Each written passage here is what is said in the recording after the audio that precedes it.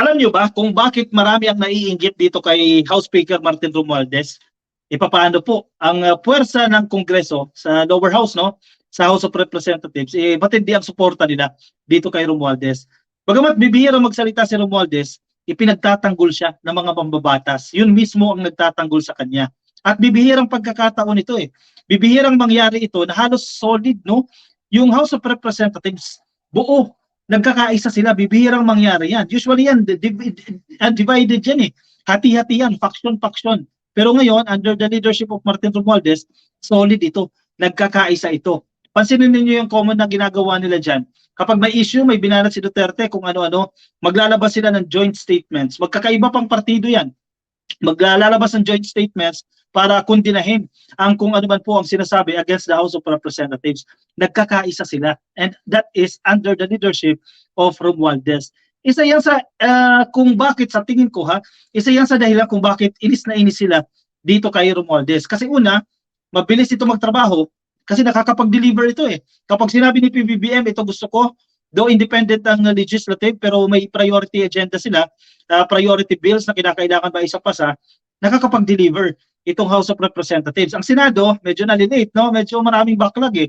Ang Senado, pero di natin masisisi, no? Dahil marami sa kanila, mga ilan sa kanila, minsan wala, o madalas wala. Kaya hindi nakakapag-deliver, no? Ang House of Representatives, mabilis sila kumilos dito. Anyway, sige. Marami ang sumusuporta dito kay Romualdez. Kaya isa din niya sa dahilan kung bakit siya kinakaigitan. Halimbawa, ito, House to defend Romualdez. Yan ang House hindi lang si Stella Kimbo ang nagsasalita dito House to defend Romualdez from attacks. So sige, banatan niyo pa ng banatan si Romualdez. Birahin niyo pa ng birahin si Romualdez, ipagtatanggol siya ng House of Representatives. Siya po ang padre de pamilya namin, sabi ni Stella Kimbo. Ano namin ito eh? Representative namin ito dito sa Marikina. Itong si Ma'am Stella Kimbo, mahusay din po itong mambabatas. Anyway, sige, ano ba yung argumento niya dito? Ano yung purpose niya? Bakit niya sinabi ito? House Committee on Appropriations, Senior Vice Chairperson and Marikina City Representative Stella Luz Kimbo said the Senate's People's Initiative probe is not helping to achieve peace between the two chambers of Congress. Kutumpak. Tapos na ito eh. Di ba? Hindi pa kayo nakontento dyan sa Senado. Dinala nyo pa sa Davao ang investigasyon ninyo. Ano ba yan? Di ba? Imbis na talakayin na itong pag-amienda sa ating economic provisions ng ating konstitusyon, nagsasayang ng oras dyan sa investigasyon na yan, dyan sa Senado, para pag-usapan itong People's Initiative kasi alam nila, madidiin itong House of Representatives. Pansinin ninyo, medyo magulo. Nagbabatuhan sila ng issue. Si Joel Villanueva, magbabato ng issue sa kung kani-kanino dyan sa House of Representatives. Sasagot naman po yung ilang taga House of Representatives, magbabato din ng issue. Hindi na natigil. Diba? Parehas nagpapataasan ng Ang tingin ng senador, mas mataas sila sa House of Representatives. Pero parehas sila ng pay grade. Parehas sila ng sahod. No? Pero sa tingin, dapat ginagalag sila kasi mas mataas sila. Parang ganyan ang datingan yan sa mga miyembro po ng lower house. Pantay lang dapat. Kimbo also underscored the need to follow the guidance issued by President Ferdinand Marcos Jr. regarding the proposal to amend the economic provisions of the 1987 Constitution. At nag-commit si Zubiri dyan. Sa meeting nila, di ba, nag-meeting yan eh. Nag-meeting si Zubiri, si Romualdez at si PBBM. Pinag-usapan nila yan, yung pag-amenda sa Constitution. At nagkasundo sila dyan. Agreement ito Ang nagsalita nito si Zubiri, ang nagsabi nito, si Miguel Zubiri. Nagkaroon sila ng agreement na yan, tanga economic provisions lang at ang tatalakay niya ay ang Senado. At once na na-finalize na ng Senado yan, ibababa yan sa lower house at i-adapt nila. Yan ang usapan ng problema. Wala pa rin hanggang ngayon. Na-delay yan. Ibig sabihin, ano ba yan? Ayaw mo sundin yung utos ng Presidente? Ganun ba yun? Klaro naman po sa sinabi ni Presidente. Ang kailangan po natin sa ngayon at very clear ang sinabi ni Presidente, healthy and democratic debate on charter reform. Ang problema, ayaw ng Senado na uungusan sila ng House of Representatives eh. Ang problema kasi, pag may mga inquiries sa Senado na nakaka-apekto dito sa pag-achieve natin sa peace, that doesn't help. Correct.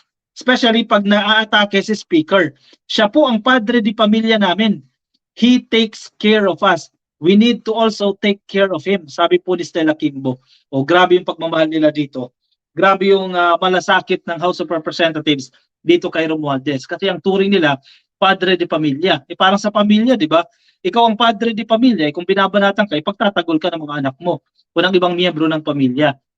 Di ba? Yan ang supposed to be na mangyayari. Ang problema sa Senado, hindi sila buo Kalat-kalat din sila dyan The Senate Committee on Electoral Reforms and People's Participation, chaired by Senator Amy. Yun naman pala kasi. Si Amy Marcos pala ang chairperson Siya po ang nag-iimbestiga dito sa allegations ng mga bribery sa pagkala po ng pirma para sa People's Initiative. Kung itigil na lang yan para magkasundo na, di ba pwede naman siguro yun Actually, ilang araw na nag-imbestiga dyan Dinala pa nga sa Davao, di ba? Parang hindi ba sapat yun? Itigil na yan, total tapos na yan, nagkaroon na ng conclusion dyan, si PBBM, sinabi niya itigil na rin yan, and pag-focus doon sa ano bang form ng gagamitin para maaamyandahan itong economic provisions, di ba? Doon na mag-focus, tama na dyan sa People's Initiative. Sayang oras. So doon din po kami nanggagaling, but enough said. We will stick to healthy and democratic debate as instructed by the President. That's the kind of environment we seek to foster. One of healthy and democratic debate, sabi po ni Kimbo. Ang problema, hindi tatanggapin ng Senado yan. Kasi ayaw nila na mas magaling ang lower house sa Senado. On allegations of Senator Nancy Binay that the House is engaging in parliamentary bullying of senators, biruin mo, sila pa'y napagbintangan dito na binubuli daw ang mga senador. Kimbo said, members of the House are peace-loving people, but they cannot keep silent on important matters such as their position on amending the economic provisions of the Constitution. Una sa lahat, sabi ni Kimbo dito, Happy Valentine's, Senator Nancy, at sa lahat ng mga senator. Ano naman po kami? I think lahat naman tayo dito ay peace-loving people. Gusto naman talaga natin yan. And doon po sa pananahimik, klaro naman po sa sinabi ng Presidente, ang kailangan po natin sa ngayon, healthy and democratic debate, sabi ni Stella. So hindi po tayo pwedeng manahimik dahil napaka-importante po ng problemang hinaharap natin. Kulang ang trabaho, kulang ang kapital. Kung hindi natin ito aaksyonan, patuloy pong aalis ang ating mga kababayan para lamang masuportahan ang mga pamilya nila. Dagdag po ni Kimbo. Kasi ang purpose naman talaga para baguhin itong economic provisions, ilang economic provisions dyan sa ating Constitution, para dumami po yung mga investors na pumasok dito sa Pilipinas.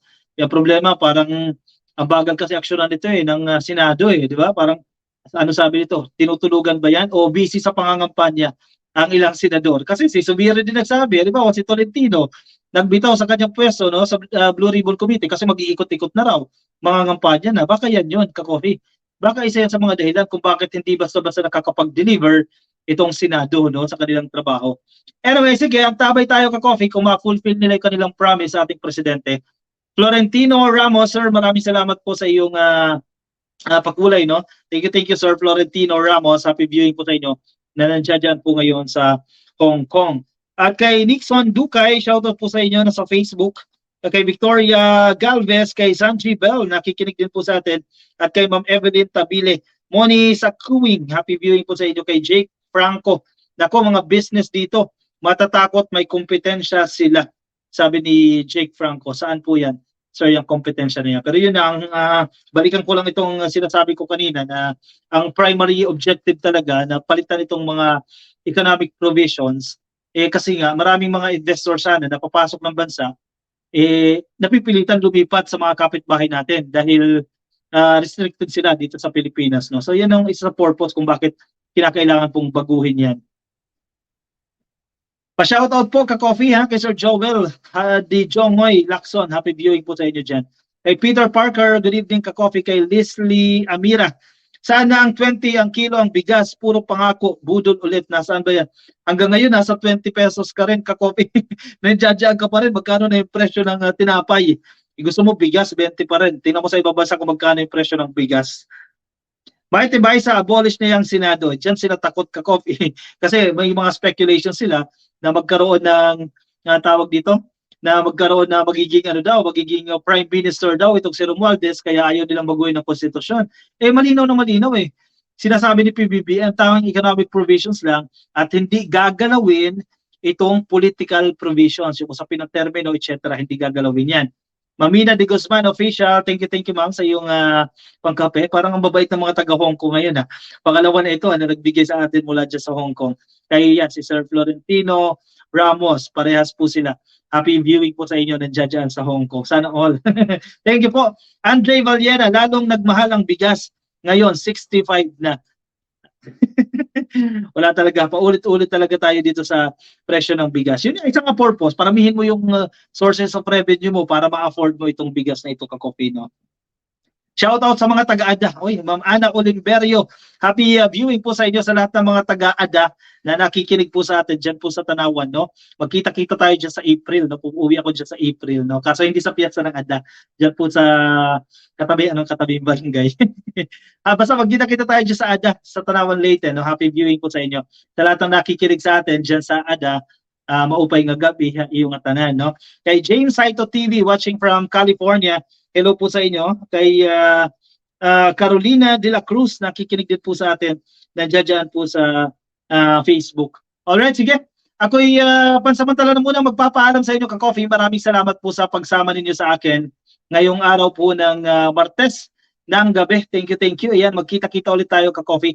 Bukas, alas 10 po yung ating live stream, Valentine's Day tomorrow.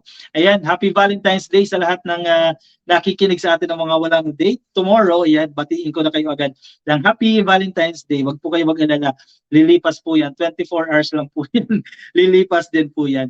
Alright, sige. Paalam po sa inyo, Ka-Coffee. Ingat po kayo. Nasaan man po kayong panig ng daigdig. Kung nasa Facebook po kayo, di pa kayo naka-follow. Pasuyo na lang po. Click lang po ng follow o like dyan sa Facebook.